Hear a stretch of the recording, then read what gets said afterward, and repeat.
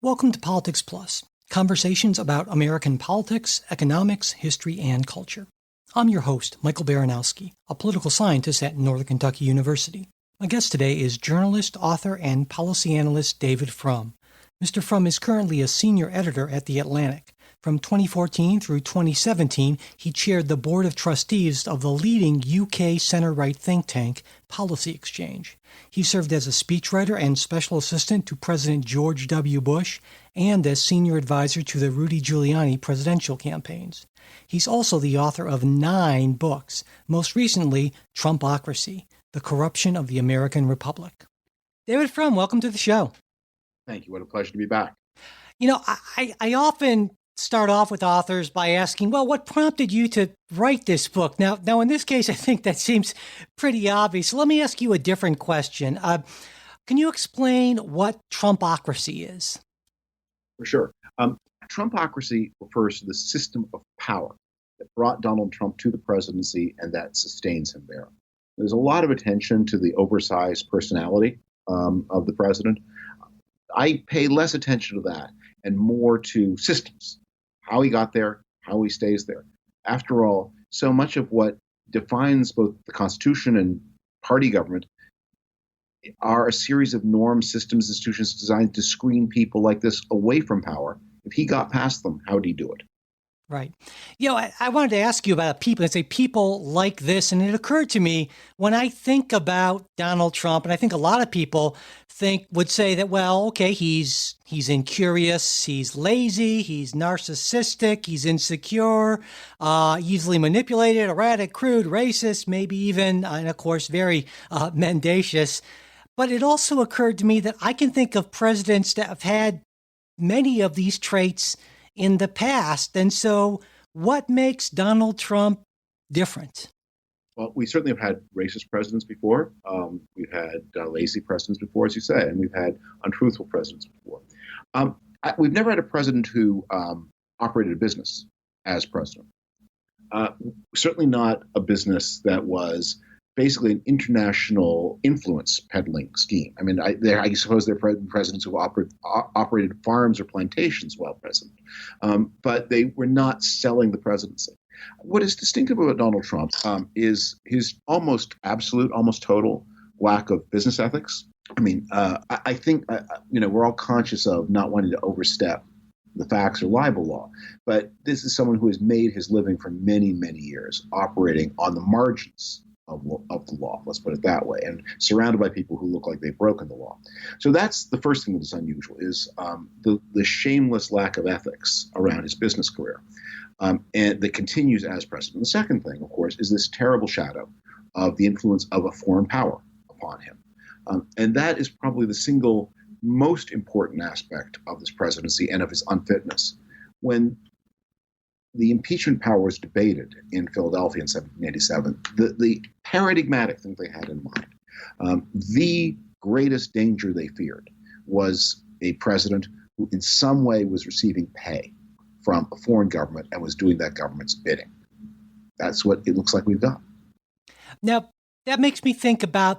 I mean, I'm old enough to remember the Clintons, Bill Clinton as president, and there was recently, I think, a pretty interesting piece by Josh Barrow in Business Insider, and essentially he argued that Donald Trump's corruption was made possible, at least in some part, by the Clintons' corruption, and some of that, of course, involved foreign governments, and not only that, but the Democratic Party sort of falling all over itself to justify that. And I'm wondering if you think that the Clintons and the Democratic response to their ethical issues are, in fact, a significant contributor to, what we're seeing today. I read that Josh Barrow article, and it's very thought-provoking. Look, it is certainly true that the Bill Clinton ex-presidency broke all kinds of patterns. I wrote a history of the 1970s called How We Got Here. That was published now almost 20 years ago. And one of the points I make in that book is the first former president of the United States ever to give a speech for money after leaving office was Gerald Ford. It was unheard of for a former president to do that before Gerald Ford began doing it. Wow. And that there were just a whole series of limits on what former presidents did. Now, they were reinforced by the fact that former presidents tend to die pretty rapidly after leaving office. So the idea of having, but when you did have a healthy man live for many years after leaving the presidency, Herbert Hoover, for example, Herbert Hoover observed a lot of ethical limits on what he did as a former president. So did Harry Truman, who lived for many years after leaving the presidency. So it was a remarkable thing for Bill Clinton to set up this mega influence operation that he set up. And it was all the more troubling that he did it because he wasn't truly an ex-president. From the moment he left office, everyone knew that his wife was a very credible candidate to be the next president. And as bad as it is for a former president to sell access, it's obviously much worse for a possible future president or husband of a future president to do it. So I think Barrow makes a point. It is worth bearing in mind that the worst day in the Clinton world remains a better day than the best day in the Trump world. Well, I wonder if sort of the source, the motivating factor behind this corruption in either case makes a difference, because it seems to me that the Clinton corruption stems from this idea that we are better and more virtuous and more ethical, and so we don't need these rules that must apply to those less intelligent and ethical than we are. But the Trump corruption to me seems very different. It's almost like he wants to stick it to these smug political elites, and he's this sort of street fighter. And the fact that throughout his career, the elites have never really accepted him as a serious person seems to just make that even more of a factor for him. I mean, you're probably in a better position than anyone I've ever talked to hold forth on this authoritatively. Well, what do you think about that? Well, let me put it a slightly different way. In the world of tax, lawyers distinguish between tax avoidance and tax evasion. Tax avoidance is when a bunch of smart accountants read the tax code very carefully and discover a way, maybe that the government itself had never imagined, whereby completely legally you can avoid paying the tax that other people who are less careful might have paid. Tax evasion isn't just not paying your taxes. Tax avoidance raises policy problems, but is legal. Tax evasion is a crime. I would say what the Clintons were doing in the ex-presidency years, and I want to distinguish, we were talking about the ex-presidency, because Bill Clinton as president, I don't love a lot of aspects of his behavior, but he was not he was fundraising, and he was fundraising in dodgy ways, but he was not raising money for his own personal benefit. That happened afterwards. But what Clinton was doing was always carefully within the law. And it's true. Look, the Clintons are smarter than Trump. And so they would understand the difference in law and not law, and they would have access to, and they paid their bills, so they had access to legal talent. And so they could think of new ways to monetize the former presidency that no one had done it before, but they were legal. The things that Trump is doing, Trump just is utterly indifferent to law, and he breaks it all the time. And has often been caught, and has so far gotten away with being punished. But I think without being punished in a serious way. But I think again, it is dangerous to if Barrow was saying, look, the example of the Clintons made the country vulnerable to the worst case of Trump, and if the example of the Clintons, and if the defense of the Clintons made the Democrats more tongue-tied in their ability to criticize Donald Trump, those things are too. But if there's any parallel between what they're doing, I reject that. At some level, I'll tell you what, I think Hillary Clinton, who was on the ballot last time, I think she's a patriot. I think she would not have taken a meeting with a hostile foreign intelligence agency. And I don't think Donald Trump is a patriot. Do you think that not taking a meeting is more a case of just that's smart politics and you just don't do that? And because a lot of times what I hear from, I've made this argument myself, is that the Trump people are so inexperienced that maybe they just didn't know well enough to not take that meeting. Ideally, you want your presidential campaigns to be full of people who are ethical and smart. Failing that, you like at least ethical or smart. Sometimes it happens, or uniquely in this case, you had a campaign that was neither ethical nor smart. So an ethical person would know if this is just wrong, and a smart person would know we're likely going to get into a lot of trouble, and maybe this is even a setup by the FBI. So what was distinctive about Paul Manafort and Don Jr., and especially was Manafort is one of the least, most shockingly unethical people ever to be in the vicinity. I think in Don Jr.'s case, it would be less accurate to say that he's unethical, but as to say it's kind of like color blindness. He just is that part of human experience he's unaware of it. That there are these it's like some people can't see red or green. He can't see right or wrong. He just doesn't understand these as different concepts, and it's true that something he inherited. But they were also stupid. And one other thing, that because they were such a low grade operation, that there was no one around the campaign. They just didn't have smart people there who could warn them. I've talked to people who've worked on very serious, high levels of important campaigns, and they say, let's not be naive about this. Every presidential campaign discovers that people are trying to penetrate. Maybe it's not as blatant as somebody like the Russians, but the Chinese show up, the Japanese show up, the friendly people, the Japanese, and they want things. And a large part of one of the things that normally happens on a campaign is you've had people who have had intermediate roles before who are now in senior roles, and they've seen this process. And they know what to do, and they know what not to do. They know how to politely refuse a meeting.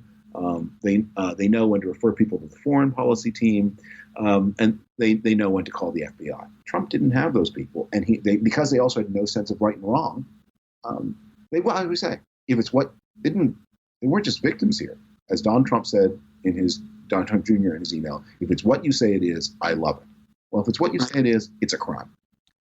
Yeah, I think Jonah Goldberg has called it sort of the Fredo explanation or the Fredo defense, and that idea that they just weren't smart enough or ethical enough to do that. I talked about this comparison between the Trump administration and the Clintons, but there's another comparison that I hear from some of my friends on the right.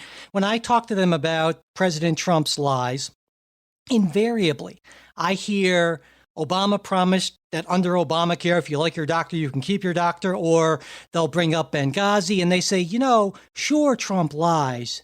Well, some of them say that, but then they'll say, but those lies by Obama and by Clinton and Susan Rice and whatnot, those lies were far more consequential than any of Donald Trump's lies. What's your view of that? I think that's at best disingenuous. And here's the analogy to if you like your doctor, you can keep your doctor. The authors of the Republican tax plan that passed at the end of 2017 predicted that if this plan were passed, we would see an increase in corporate investment. Well, it's now been 6 months, and we have not seen an increase in corporate investment. So they were wrong. Were they lying? No, they were selling, and they were dealing with something that was inherently unknowable. I mean, you couldn't know for sure whether corporate and something that they had reason to believe would happen, even though many smart economists told them they wouldn't. They took the best case scenario favorable to what they wanted to do for other reasons out of a range of statements about the future. And their statement turned out to be untrue, as Obama's statement turned out to be untrue. I wouldn't call Paul Ryan a liar for telling people I expect corporate, or even if he said it categorically, we passed this tax cut, corporate investment will rise, and it doesn't. That's not a lie. That's sort of politics as usual. And it's the difference between politics and economic prediction. An economist would never have said so categorical a thing.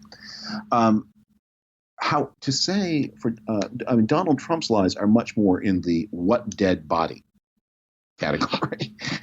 That they are much more like I think they are more comparable to the kind of lies that you hear in a non-democratic system. And I'm right now reading Timothy Snyder's book, The Road to Unfreedom, which I strongly recommend. And he talks there about the way Putin lies. When Putin will say things like there are no Russian troops in Ukraine when he himself has just sent Russian troops to Ukraine. And because Putin's lies, he doesn't expect you to believe him. He doesn't expect you to think he's telling you the truth. He's lying. You know he's lying. He knows you know. And what he's doing is he's asserting his power by forcing people to deal with blatantly untrue statements. And that's the reason that Donald Trump's statements are so disturbing. There's a question always with Donald Trump: is he delusional, or does he not even know? And sometimes I think he is delusional, but at other times his behavior, the way he suppresses information, the way he suppresses information about his businesses, gives me a pretty good idea. He knows that there is an external world out there that could contradict what he's saying. You talk about, you mentioned asserting power. And, one thing I've noticed for people who are supporters of Donald Trump is they love how, they say he sort of subverts these elite political figures, and it just drives them absolutely nuts. And it seems to be, I don't know, it seems to me to be a big part of his appeal, certainly. But their argument is that he gets essentially attacked unfairly because he's telling the elite politicians and the elite media, listen, I'm not going to play your game by your old Washington rules. I'm going to talk, straight talk to real Americans and that sort of thing. I mean, is there anything to that argument that you sometimes hear from the kind of on the pro-Trump right? I think when I hear this way, if I walked in front of you and punched a baby in the face, and I said, the thing you got to love about me, so there are a lot of people out there who, namby-pamby, old Washington ways, they'd never punch a baby in the face. Isn't it time that you had somebody? There are a lot of people who don't like babies, but none of them have ever punched a baby in the face before in front of you. So I'm telling you, I really don't like babies. Smash, punch the baby in the face. You admire me? Not so much. Yeah. That it's true. Every day, Donald Trump does things that no national politician has ever done before. It's true. But they're terrible things to do. And it's not stuffy or old-fashioned or out of touch to say, you shouldn't have punched that baby in the face. It's decent. And what is really remarkable, what is terrible at Trump, and one of the many bad things he's doing to our society, is once you've signed on to defend Donald Trump, it's like stepping onto some terrifying ride at Six Flags. The ride is going to take you in directions and in places that if you'd really thought about it, you probably wouldn't want to go, and you have no control over it. Because once you're on, you lose, the ride is in charge. And Donald Trump will every day, as he did on Memorial Day, with those astonishing statements about how grateful and glad the dead soldiers would be. Some of them dead just a few days. Some of them mourned by wives and children and parents would be to see how successful he is. I mean, you think he's just every day there's something like that. And if you sign up, you will end up having to defend things that if you'd had the opportunity to advance, you would never have done. But even so, then, and there are people on the right who I've talked to who say, yes, that's all true, but he's awful, but we've got Gorsuch on the court, we've got tax reform, there's no more Obamacare mandate, our embassy's finally in Jerusalem, we're out of the Iran deal, the regulatory rollback, all this stuff, and all of that, in their view, outweighs what they will admit freely are his incredible flaws as a human being. What do you think about that? Okay, I get that. I think those things fall into two categories, as you described.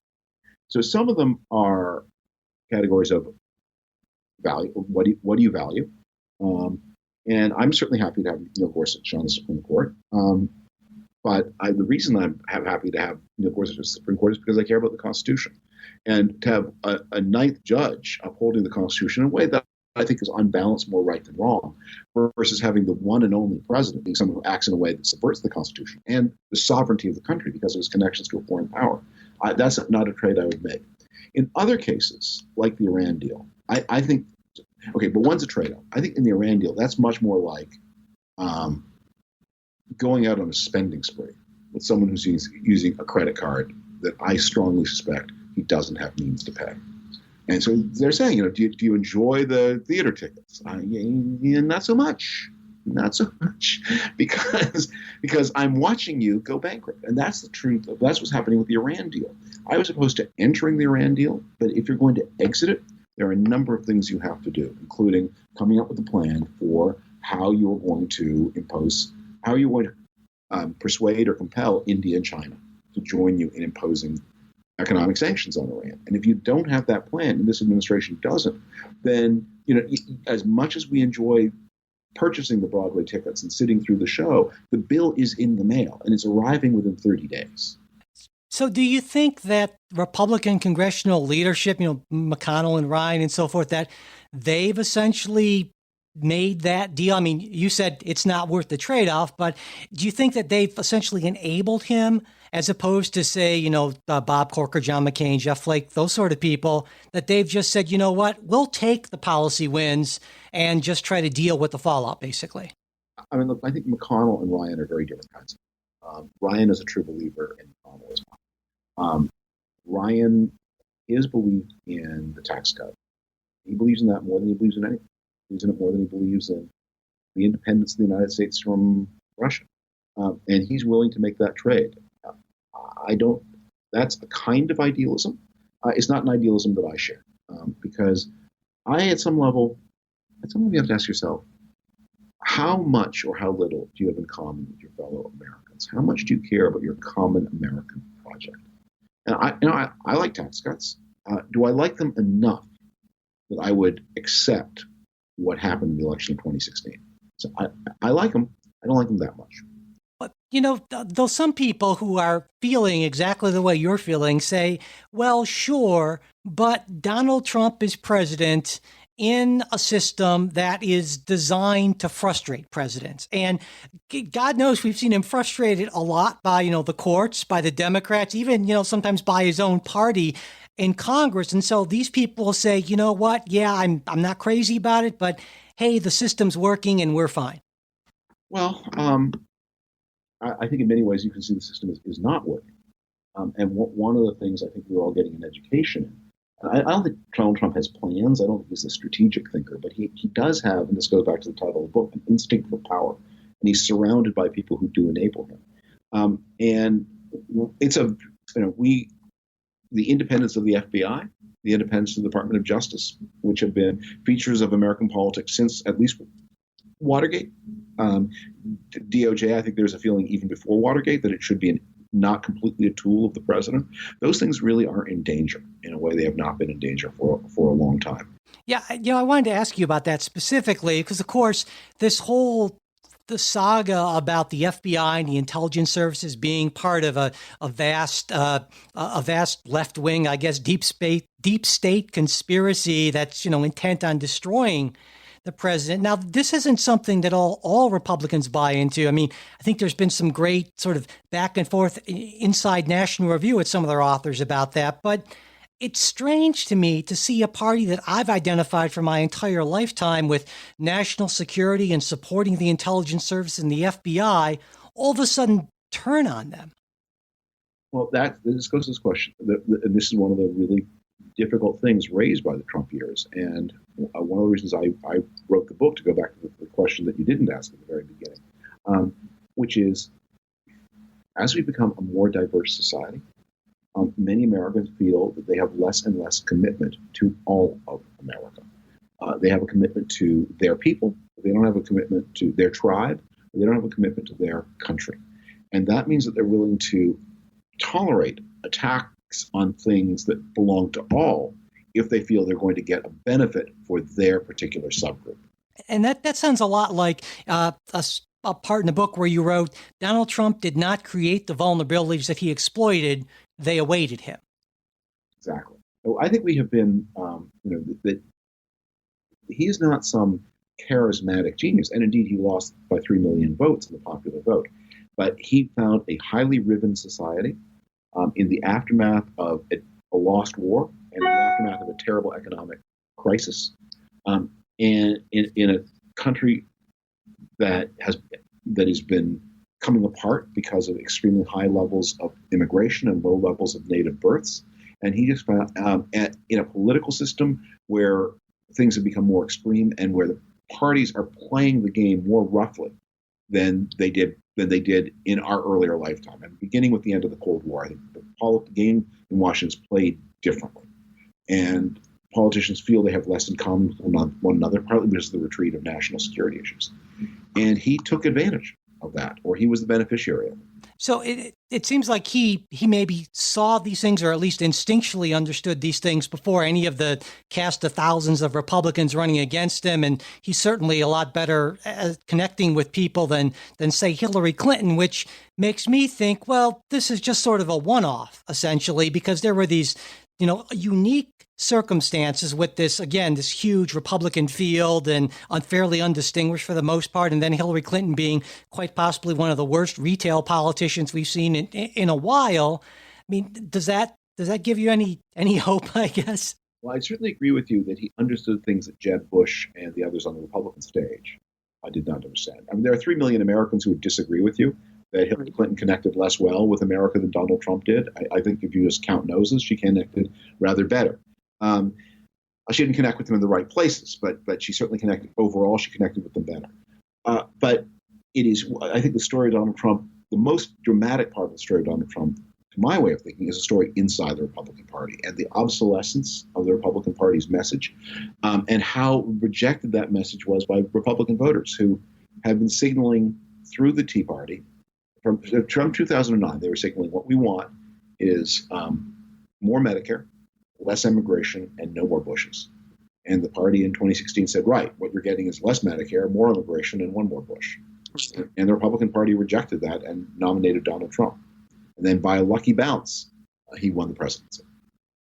One thing I've noticed about, or at least I think I've seen, as kind of a common thread that ties together a lot of what Donald Trump has done as president, and really throughout his career, I guess, is I get a sense that he thinks that we're involved in a zero-sum game. And not just that, but a zero-sum game in which the only thing that matters is the deal that's on the table today. And so, for instance, this idea that we might stay in an international agreement that isn't perfect for us, but it affects our future legitimacy. It might even affect the stability of the international system.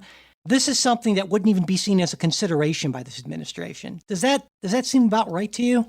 Yeah, he also has this view, and this is really disturbing for our trade relations, that in any deal there's a winner and a loser. And the winner is only a winner if he makes the loser feel like a loser. So the way American diplomacy has worked since the end of World War II has been that we've gone to our friends and said, we have an idea for something that makes everybody better off. Germany, France, if you guys drop your customs barrier, you will each be better off. There will be only winners here. And so it was with NAFTA. NAFTA has yielded only, there's in particular industries and particular sectors that have lost employment or lost income. But overall, from a national basis, Canada, the United States, and Mexico are all winners. And Donald Trump doesn't believe the world is organized that way because I think when you look at the way the mental conditions that shape his brain, that he is incapable of having egalitarian relations with people. His own mode is he's either sucking up, as he did to Putin, or he's bullying. But the idea of having any kind of egalitarian, and that's why he's never been able to sustain any kind of proper marriage, because he cannot be, and that's why he has no friends. He cannot be an equal with another equal. It's depressed as this all gets me at times. I think to myself, well, Donald Trump is such a unique individual that even if the worst happens, by January 2025, this will be over and the system will start to self-correct. I mean, it's done it for hundreds of years. It did it after the Civil War. So is that reason to be optimistic, would you say? Well, I would say my life message is that you should think like a pessimist and act like an optimist. Okay. I'm very all the ways. America. It's like it's had a very lucky history. It's like a toddler weaving across traffic, but there is no guarantee that things would work out. You talk about the Civil War. People now don't think much about the life of Henry Clay, but Henry Clay's greatest achievement, for which he was much execrated at the time, was the Compromise of 1850. Which some pretty scummy things, that's the Fugitive Slave Act and so on, but it averted a crisis that could have led to the Civil War in 1850. Had the Civil War been fought in 1850, the South would have won. Henry Clay bought 10 years, and by buying 10 years, or 11 years actually, I should say, by buying 11 years, he ensured there was enough industrial development, enough railway development in the North, that the North won. But it didn't have to be that way. And we need to bear in mind, Americans have been so powerful, so lucky, so long, that they think is somehow written in the stars. And it's up to us. So I would say, let's hope you're right, but let's not count. Let's act as if we understand that how the country stands in 2025 will depend on decisions we make in 2018. So one final question then for you, right along those lines. What's your advice for people who want to, push back against Trumpocracy and all that it represents? I mean, what can we do now, not just to limit the damage, but to minimize the possibility that this situation will be something that will come up again in the future? Well, I would say for people who are, there are many different people in situations where they can do a lot. But if you're not in that situation, there are two things for sure you can do that may not make an immediate difference, but will make one in the long term. The first is to be a better consumer of information. Make a commitment really to understand what's going on, and to rely on authoritative sources of information. And to remember also that if you carry a smartphone in your pocket, you're not just a consumer of information, you're a distributor. Be a responsible distributor. Let it be your motto, let the fake news stop with me. And liberal people, as we saw this weekend, where so many people were forwarding an image from 2014 from the Obama years as if it were something that was happening now because they didn't check. Do not retweet or post on your Facebook page or like on Instagram anything unless you've made some independent effort to verify it. Doesn't mean you have to be, the New Yorker fact-checking department. Just click it through and make sure you know where it comes from and that you can trust it. And the second thing I would say, in addition to being a better consumer of news information, is we all need to be better citizens. And that means get involved with the PTA, get involved with your local neighborhood advisory committee, care about zoning and planning, because one of the things that enables figures like Donald Trump to emerge is a breakdown of our political culture, a weakening of the bonds of citizenship. It is really when you began by, as Dev's advocate, raising these questions that were premised on the idea that our politics is war. That you're a liberal, you're a conservative, and really anything you do to win against these internal enemies is justified. Join a committee and work with people who see the world somewhat differently from you. And one of the most important thing you learn from that is, the rules matter more than the outcome. It's better, so that anybody who's been on a PTA knows this. There's no decision the PTA could make that is more important than continuing the existence of the PTA as a functioning body. And that local experience should inform our national politics as well. We should all be a little less ruthless, a little more committed to the rules. And that means we will be less vulnerable the next time somebody who may next time be a liberal or a Democrat or on the left or speak for some ethnic nationality who says, I alone can fix it. And in order to get things done, you have to burn your Constitution down. Absolutely. Well, with that very good advice, we will close. David Frum, thank you so much for taking the time to talk with me today. It's a pleasure. Thanks for having me back. But wait, there's more. Now, if you're like me, you hate those canned podcast endings that just basically make you want to hit stop and go on to the next thing you're going to do. Well, I'm going to try something a little different. I'm going to end every single show with a weird, quite possibly true, at least true to the best of my knowledge, political fact. Or factoid. I'm not really sure of the difference. Anyway, so if you can just bear with me for 1 minute, because I really do need to tell you that subscribing to the show helps out a lot. So if you could do that, that would be great. Also, sharing this episode with your friends, enemies, neighbors, colleagues, what have you, that helps a lot because word of mouth is still the best way to build an audience for a show. Finally, if you want to get in touch with me, it's really simple to do. Just email me at mike@politicsplus.us. That's politicsplus.us, not com or org or anything. Why? Well, I could say that the US sounds very American, and I thought it would be clever and different and so forth. But honestly, my first idea was politicsplus.com, and that domain was taken. So there you go. But I think US works out well. Also, the website for the show is politicsplus.us. All right, so what's my fun political fact of the day? Well, I don't know if it's fun. It's interesting to me. President Andrew Jackson supposedly taught his parrot the curse, and he did such a good job of it that the parrot had to be taken away from Jackson's funeral because it was cursing too much. Is that true? I don't know, but I sure hope so. Anyway, I'll be back with a new interview next week. I hope you'll join me.